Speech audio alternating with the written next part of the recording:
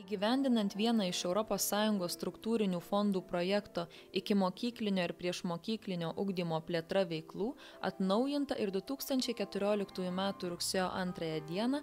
Lietuvos Respublikos švietimo ir mokslo ministro įsakymu patvirtinta priešmokyklinio ugdymo bendroji programa. Šitos mūsų programos tikslas yra, kaip ir ankstesnės, išleistos 2002 metais, palengvinti kiekvieno vaiko startą, kad jam geriau sektųsi 1 klasėje, kad jam geriau sektųsi 5 klasėje ir iki 12. Siekiama atsižvelgti į šiuolaikinės visuomenės poreikius vaikui ir todėl naujoje programoje labai didelis dėmesys yra kreipiamas į vaiko emocinio intelekto ugdymą, jo psichoemocinę būseną.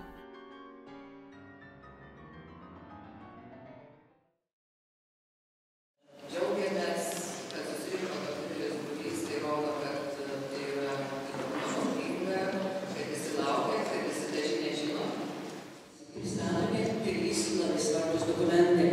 Taigi, ikimokyklinio amžiaus vaikų pasiekimo aprašas, ikimokyklinio ugdymo turinio programų rengimo metodinės rekomendacijos ir priešmokyklinio ugdymo bendroji programa. Taigi, pirmieji dokumentai yra tarsi metodinė pagalba ikimokyklinio amžiaus ugdymo vaikų ugdytojams, kaip gerinti ugdymo kokybę.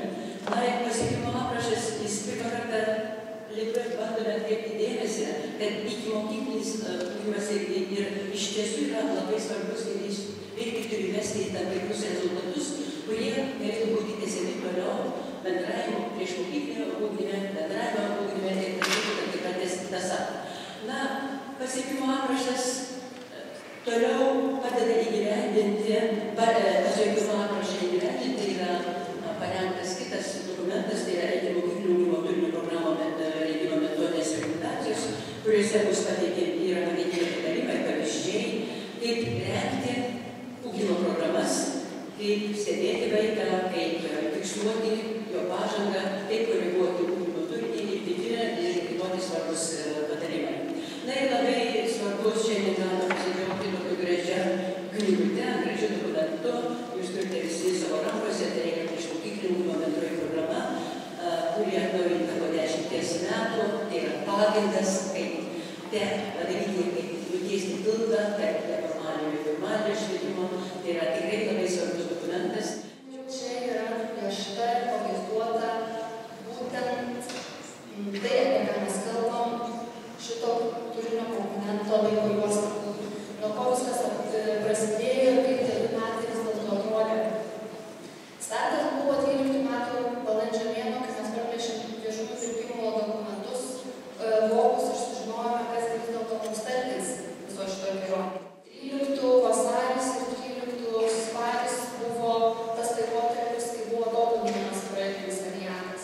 Kai vėl dirbo darbo grupės, žmonės diskutavo, tarėsi tarpusavy, ieškojo kažkokių ryšių, galvojo, kaip vieni kitiems galėtų padėti. Mokymų tikslas visiems nepaslaptis, jų žinojot ar ne, pirmiausia sulaukti pasiūlymų, praktinių pasiūlymų, kaip tie dokumentai turėtų atrodyti, kad jums patiems būtų lengviau su jais dirbti. Tyrimai šitą visi mūsų rodo, kad dar nepakankamas ugdymo individualizavimas įstaigose, kad dar gyvybingi akademinio vaikų mokymo metodai, kad bendradarbiavimas su šeima yra nepakankamai kryptingas ir kad pedagoginės idėjos yra suprantamos šiek tiek eklektiškai, tai yra nesusigaudant, kas iš kur ateina ir kas ką reiškia ir kodėl vieną dalyką verta naudotis, o kitą galbūt verta ir atmesti. Tai mes sakome, kad tai buvo nepajudėta, netobulėta ir 2003 metų programa jau pralaužė labai daug ledų. Tai galėtų būti aukštesnė priešmokyklinio ugdymo kokybė, kad galėtų būti didesnis nuoseklumas ir tęstinumas tarp pakopų, tarp ikimokyklinio ir priešmokyklinio ir tarp šeimos ir institucijos taip pat galėtų būti glaudesnis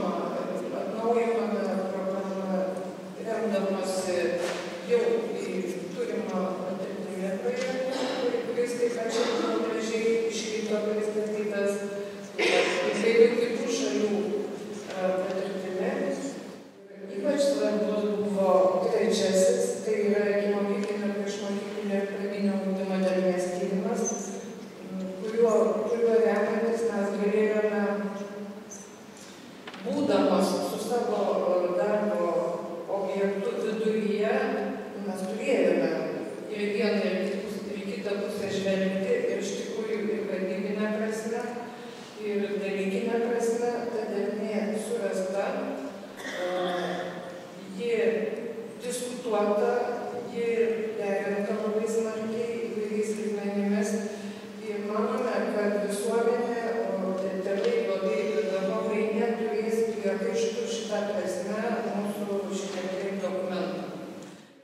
Svarbiausias dalykas, turbūt, kurį jūs galėtumėte savo bendruomenėm tėvam kažkaip nemoksliškai, bet paprastai komunikuoti, tai kad ta naujoji samprata, jinai nauja dėl to, kad ji pagrįsta individualizavimu ir numatomais vaiko pasiekimais. Dabar priešmokyklinio ugdymo programos pasiekimai bus tokie, kokių pirmųjų klasių mokytojai tikisi. Ta prasme, kad iš tiesų pagal natūralų vaiko augimą, pagal jo raidą, 6-7 metų vaikas egzistenciškai, nežinau kaip čia pasakyti, imanentiškai nori dirbti su raidėmis, skaičiais ir taip toliau, operuoti abstrakčiai šitą medžiagą, nes tai yra jo gyvybiškas poreikis. Tai va, tai mūsų šitoje programoje iš tiesų ne tik atleidžiama, bet ir skatinama prisiliesti vaiką, ne tik prisiliesti, bet ir įvaldyti ir raides, ir skaičius ir taip toliau, kas iš tikrųjų labai džiugina pradinukų mokytojus. Jiems jau nebereikės atlikinėti to iki elementoriniam dar kažkokio tai parengimo.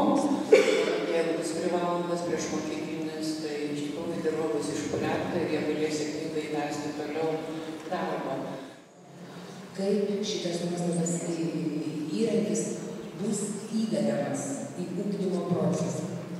Kiek įgalins, įsipareigos, ar kabutėse privers ministerija, savivaldybė, direktoriai, padalinių vadovai šitą naują įrankį vartoti, išmokti jį vartoti. Priešmokyklinio ugdymo bendroji programa yra dokumentas, kuris patvirtintas ministro įsakymu. Tai ministro įsakymu yra parašyta, kad priešmokyklinio ugdymo atnaujinta priešmokyklinio ugdymo bendroji programa pradedama dirbti nuo 15 metų rugsėjo 1 dienos. Vadinasi, čia jokio pasirinkimo mes nieko neturim. Tai yra ministro įsakymas, tai nuo 15 metų rugsėjo 1 mes pradedame diegti grupėse, kuriuose yra vykdomas priešmokyklinis ugdymas. 2/3 pedagogų dalyvavo išbandant projektą. Vadinasi, 2/3 pedagogų jau susipažinę su projektu ir tiesiog nereikėtų laukti niekieno leidimo ar paskatinimo, tiesiog tai yra kiekvieno mūsų pareiga, kad tie, kurie dirba ir vykdo priešmokyklinio ugdymo programą, vienaip ar kitaip susiję su tuo. Vieneri metai yra tam ir skirti, kad ne nuo šių metų rugsėjo 1, nes patvirtinta rugsėjo 2 dieną, o visus metus mes turime tam, kad visi savo bendruomenėse susipažintumėm, analizuotumėm, diskutuotumėm, tartumėmės, ką darysim kitaip, arba galbūt mes labai gerai dirbam, tiesiog pasižiūrėsime naujoves, naujus dalykus, kurie atsirado programoje.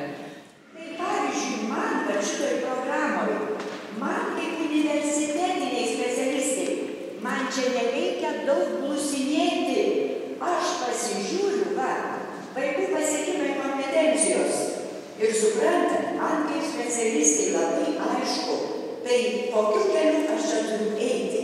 Aš pasiskaitau socialinę kompetenciją. Man viskas aišku. Kitą pasiskaitau su Jurgiu. Ačiū Jum už tai.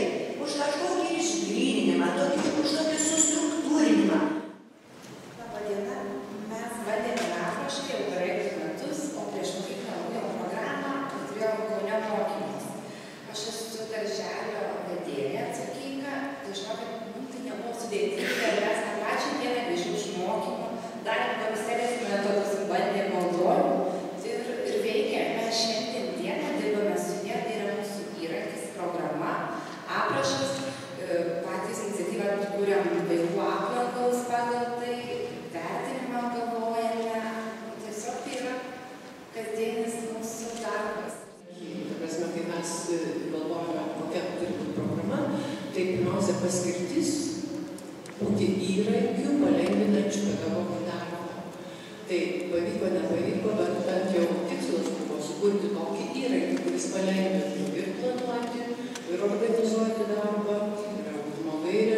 ir vertinti. Nes visi kriterijai, visi pasiekimai tai yra vertinimo kriterijai, vertinimo parametrai. Pasiimi programą, pasižiūri, vaikas geba, kokį laipsnį geba, negeba, kokį laipsnį negeba, ką tada daryti, kad jisai gebėtų. Žodžiu, šita programa turi tarnauti, kaip ir buvo prezentacijoje, ir planavimui, pedagogui planuoti darbą, ir realizuoti sumanymus ir įvertinti, kas pasiekta. Tai ta prasme, man atrodo, įrankis. Tėvai įsigilinę programą ir suvokdami, kokį reikėtų ugdymo įstaigoje, tiesiog gali, priversti.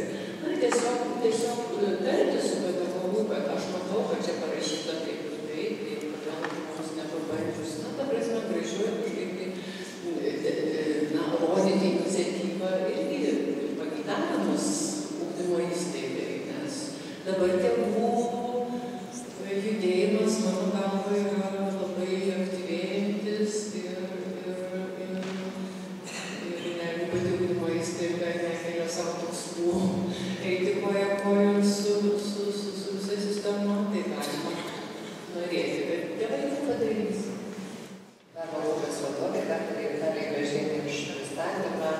Ačiū visai darbo grupiai, ačiū Panevėžio mokytojų švietimo centrui. Tolesnė sėkmė priklausys nuo mūsų visų ir kaip ponia Laima pasakė, iš tiesų galbūt skamba šiek tiek skambiai, kai mes kalbam apie Lietuvos ateitį, apie pamąstymą, ko mes norim, kokios mes Lietuvos norim, bet tai yra, kaip čia matėt, piešinukas iš tikrųjų į taikinį.